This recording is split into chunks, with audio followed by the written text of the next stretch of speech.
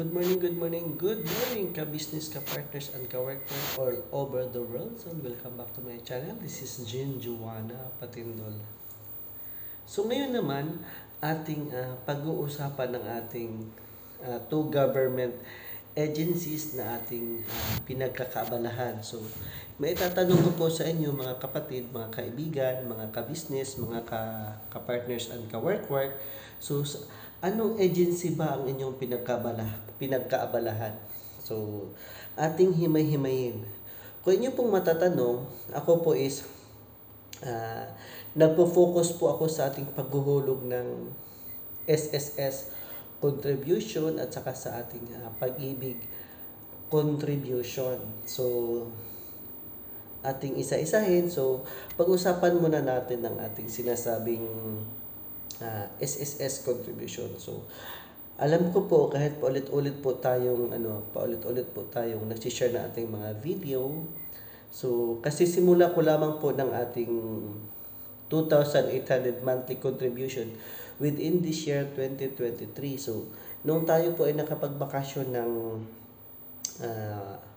February 1 to April 1, so 2 buwan po yun.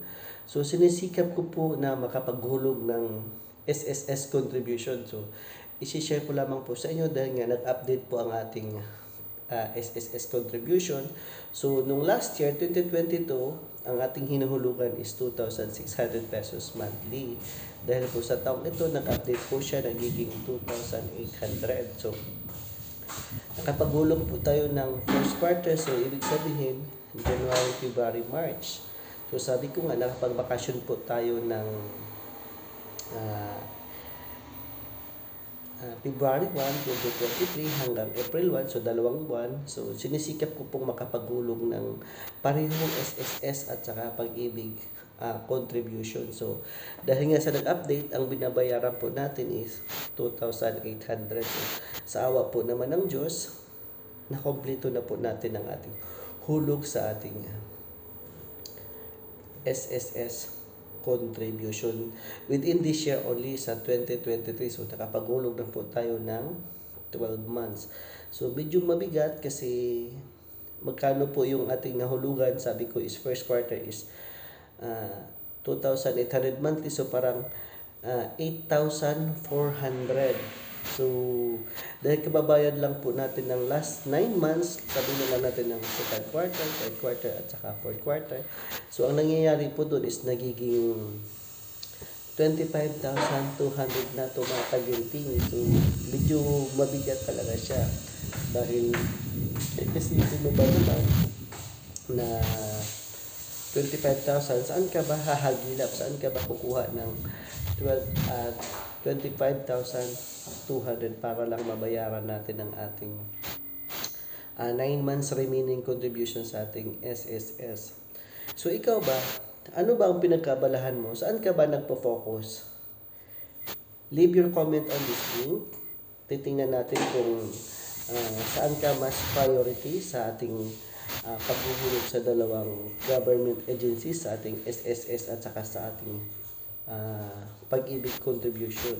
Kasi kung ako inyong tatanungin, mas prefer ko po yung ating sinasabing SSS dahil po ang ating SSS contribution is considering as lifetime insurance. So, kapag tayo po ay magre-retire, as long as na qualified po tayo na sinasabing na-reach na po natin ang 120 months contribution, so matutal, tayo po ay qualified na po tayo makakaroon ng pension at the age of 60 or 65. So,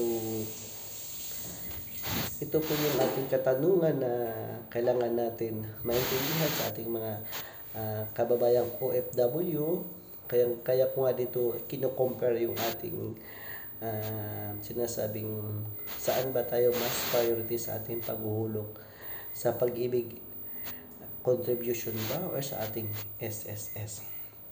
So, hanggang sa muli po, nawa inyong nasundan at nasubaybayan ng ating pag-share. So, ngayon, ang tinatalakay natin is yung regarding sa ating SSS contribution. O, ulitin ko, SSS contribution kasi nga ang SSS contribution, as what I said earlier, considering as lifetime insurance partner. So, kahit anong mangyari, safe na po tayo sa ating SSS din, considering as lifetime insurance. Thank you for watching. Stay safe, God bless, and see you next time.